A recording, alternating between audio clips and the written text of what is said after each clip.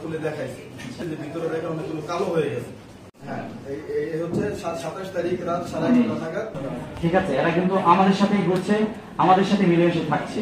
হত্যার পক্ষে তারা কোনো মানুষের কাতারে করতে পারে না মনে করি না, কারণ এই মানুষ আমরা 7 মাস যাবত গাজীপুরের যে সাইনবোর্ডে থাকতাম, ওইখান থেকে একটা সমস্যা হওয়ার কারণে ওর বাবা আবার আমাদের বাসা চেঞ্জ করে যে নাজরুলের দিকে নিয়ে, ওখানে ঢাকাকালীন সময় আন্দোলন শুরু হয়ে গেছে।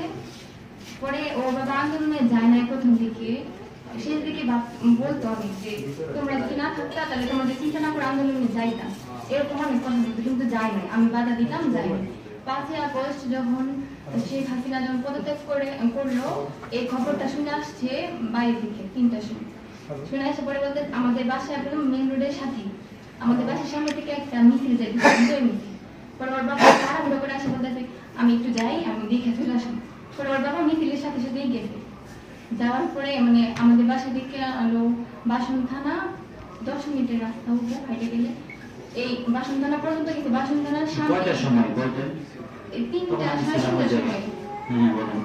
ওইদিকে যে গেলে পরে মানে বাসন থানার সামনে গেলে নাকি ওই আমি আর জানি না যে ওই দিকে যাবে, আমি ভাবছি যে আন্দোলন দেখে চলে আসবো, আমি ওই ভাবি আছি আমার মেয়ে আছে আর আমি, আমাদের তার কেউ নেই, আমি আর তার সে ফোনও নিয়ে যায়নি, আমি কল করতে পারছি না। পরে ওর বাবার সাথে কাজ করতে একজন কলিগ আমাদের বাসার সাথে আছে, তার কাছে ফোন আসছি রাত 4টা বাজে, এরকম আমি খুঁজতেছি আর ওরা রেখে বাসা রেখে কই খুঁজবো, রাস্তায় যাইতেছি আসতেছি সবাই আসে, ওর বাবা আসে না। পরে আমাদের ওই ভাবি বলতেছে কি রুবিন ভাই তো থানায় আছে, ওনার তো আটকায় আছে না, আমি সরাসরি বলতেছিলাম যে সে দেখ রাত 8টা বাজে। তখন মুবাসার আমি আমাদের বাসার এক ভাবির কাছে রাখলাম যে ওরা একটু ধরেন, আমি দেখি ওর বাবা নাকি থানায় আছে, ছাড়াই নিয়ে আসবো। পরে আমরা গেছি, গিয়ে মানে লাশ এক সিরিয়ালে 2টা লাশ দেখছি আমি, একটা পুলিশের লাশ আর একটা ওর বাবার লাশ। পরে আমি দেখেছিলাম যে ওর বাবা, আর আমি ভাবিলাম যে ওই থানার সামনে থাকবো। পরবর্তীতে আমি আবার 25 তারিখে ঢাকায় গেছিলাম।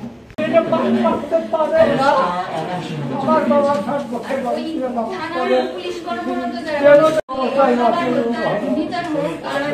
ঠিক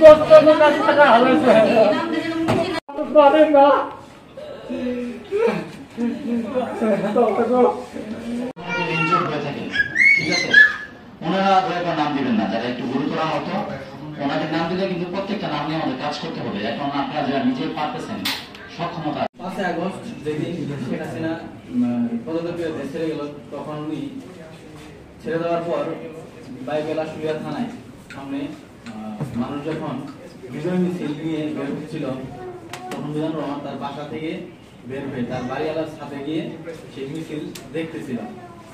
দেখার সময় হঠাৎ আশুলিয়া থানা থেকে পুলিশ এলোপাথারি মিছিলের উপর এলোপাথারি গুলি বর্ষণ শুরু করে, যে কারণে একটা গুলি এসে তার মানে পেটে লাগার কারণে তার মূত্রথলি সহ মানে নারী ভুঁড়ি ছিঁড়ে গেছিল। তাকে সাথে সাথে শ্যামলীতে ডক্টর কেয়ার হসপিটালে ভর্তি করা হয়। ওখানে একদিন আইসিইউতে থাকার পরের দিন ডাক্তার অপারেশনের কথা বলে, অপারেশন থিয়েটারে যাওয়ার পর ডাক্তার দিয়ে দেয়, মানে সেখানে তাকে রাখবে না, বলতেছে যে এখানে এই রোগীকে বাঁচানো সম্ভব না, তো আপনাদের পারিবারিক অবস্থাও ভালো না, যে কারণে আপনারা এখান থেকে নিয়ে যান, আপনারা এই খরচ বহন করতে পারবেন না, আর বাঁচানো সম্ভব না, আপনারা ঢাকা মেডিকেলে রেফার করলাম, তো ওখানে নিয়ে যান। তো উনি ঢাকা মেডিকেলে রেফার করার পর ঢাকা মেডিকেলে নিয়ে যাওয়া হলো। ওনারা দেখে 2টার দিকে অপারেশন থিয়েটারে নিয়ে গেল।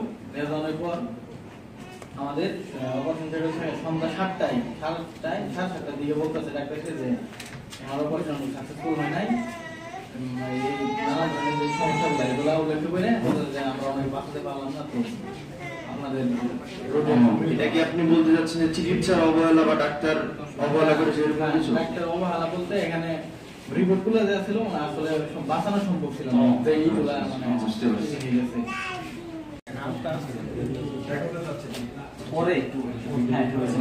জামালপুরে শহীদের সংখ্যা পেয়েছি 16 জন, আর আহতের লিস্টটা এখনো পূর্ণাঙ্গভাবে আমাদের স্থানীয় প্রতিনিধিরা কালেক্ট করতে পারে নাই। এখন আহতের সংখ্যা আমরা আজকে যতটুকু পেয়েছি প্রায় 20 জনের মতো। তো আরও তারা কালেক্ট করতেছে। আমরা বলছি আপনারা যখনই যে ইনফরমেশনটা পাবেন আমাদের কেন্দ্রে জানাবেন, আমরা আছি, আমাদের যত কন্ট্যাক্টস আছে এগুলোতে আপনারা পাঠিয়ে দিবেন, আমরা এটা নোট করে সেই অনুযায়ী ব্যবস্থা নেব কেন্দ্র থেকে। শাকিল মিয়া পিতা আব্দুর রহিম মন্ডল। শাকিল ন্যাশনালের আমরা 12 জন টিম এসেছি, আমরা বিভিন্ন জায়গায় কাজ করেছি।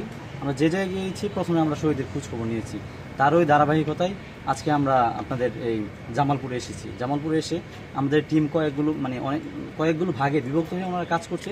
আমরা কয়েকজন এসেছিলাম শহীদদের খোঁজ নিতে, শহীদদের পরিবেশে আমরা কবর জিয়ারতে আমরা গিয়েছি, এর আগে শহীদ সদ্দর কবর জিয়ারতে আমরা গিয়েছি, আমাদের বাসায় গিয়েছি, খোঁজখবর নিয়েছি। তারপর হলো শহীদদেরকে আমরা ইনভাইট করেছি এই জায়গায়, কারণ আমাদের সবার পক্ষে আসলে সীমাবদ্ধতা হলো যে যাওয়া আসলে আমরা চিনিও না, মানে পরিমাণ সম্ভব না। এই জন্য আমরা সবাইকে একসাথে নিয়ে এসেছি, আমাদের প্রতিনিধিরা নিয়ে এসেছি। তখন আমরা ওনাদের কথা শুনেছি যে ওনাদের ছেলে কীভাবে শহীদ হলো, ওনারা কী চায়, ওনাদের আবেগের জায়গাটা কী, আর কার পরিবারে কতজন সদস্য। আমরা এমন পেয়েছি যার ছোটো ছোটো দুটো বাচ্চা আছে, সে মারা গেছে। আর এমন পেয়েছি মানে ওনার স্ত্রী গর্ভবতী, ঠিক আছে, ওনার একটা গর্ভবতী, ওনার স্বামীটা মারা গেছে। তো এরকম আরও অনেক দিয়েছি, মানে বৃদ্ধ পিতামাতা, ওনাদের কান্নার রাহাজারি ব্যাপক অনেক, মানে বলা বেদনাদায়ক আর কি, এমন ভাষা আর কি বলার মতো নাই। ওনাদেরকে আসলে সান্ত্বনা দিব এগুলো দেখে, মানে কোনো এই সান্ত্বনা দেওয়ার আসলে ভাষা নেই। মানুষের যদি কষ্ট দেখি, আরেকজন গার্জিয়ান কিন্তু প্রশ্ন করেছেন, আপনারা দেখেছেন হয়তো, যে বলছে আমার ছেলেকে যেখান থেকে আমি নিয়ে এসেছি ওই জায়গা থেকে 40 থেকে 45টা লাশ ছিল, ঠিক আছে, আমার ছেলে শুধু নিউজ পেলাম আর বাকিগুলো লাশ কোথায়, এরকম কিন্তু অনেক হয়েছে। তো উনি এই বিষয়গুলো আমাদেরকে তদন্ত করে দেখতে বলেছে, এবং ওনারা রাষ্ট্রীয় যে মর্যাদা চাচ্ছে শহীদদের, এই মর্যাদাগুলো নিয়ে কথা বলছে যে শহীদদের জন্য আমরা কী করতে পারি। এছাড়াও কিছু লোক আছে ভয়ে মামলা করছে না, ওনারা চাচ্ছে যে সরকার বাদী হয়ে এদের মামলাটা করুক এবং ওদের জন্য বিচার সুনিশ্চিত হয়, এই ব্যবস্থা কিন্তু চাচ্ছে। এর মধ্যে আরেকটা গুরুত্বপূর্ণ হলো, একটা আমরা কেস পেয়েছি যে হলো পুলিশ ধরে নিয়ে থানার ভিতর নিয়ে গুলি করেছে এবং হাতটা ভেঙে ফেলেছে, মানে বিভৎস একটা অবস্থা। এটার জন্য ওনারা আর কি বিচার চেয়েছে, যে কীভাবে বিচার করার জন্য মামলা করা নাই, কয়েকজন এখনও মামলা করা নাই ভয়ে। ওই বিষয়টা নিয়ে কথা বলেছে, সার্বিক মানে এলাকার পরিস্থিতি নিয়ে কিছু বলেছে, কেউ হুমকি দিয়েছে কিনা, এরকম একজন আছে মামলা তুলে নিয়েছে। তো ওই বিষয়গুলো আমাদেরকে দেখার জন্য বলেছে। এছাড়া কতজন তথ্য বা এই বিষয় নিয়ে আমাদের ছোটো ভাই আরমান এই বিষয়ে কথা বলে, উনিও কেন্দ্রীয় সহ সমন্বয়। প্রশাসনের পক্ষ থেকে নাকি কোনো